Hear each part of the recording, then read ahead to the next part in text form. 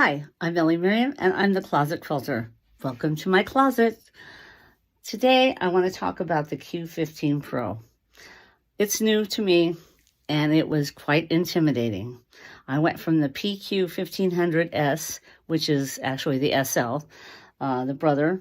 It's a domestic mid-arm, and it had on the frame 5 inches vertical, and I loved it. Used it for many years, and well, I used it as long as I've had my Qnique. I just recently got the Q15 Pro, and I was so intimidated, like a lot of you. I see the comments on Facebook, and I just want to say, you're not alone. This is a beast, but it is workable.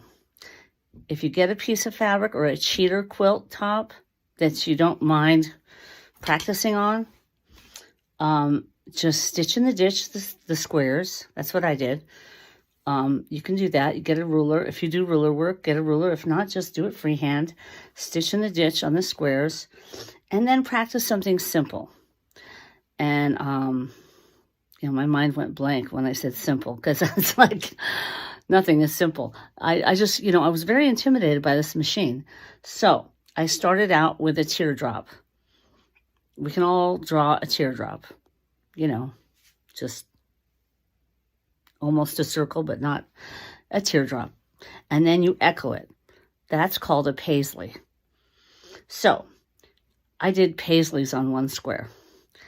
And I hope you enjoy this because it's very meditative, and it might get you over the hump of being intimidated. Once you do that, then other motifs will come to mind that you've already done.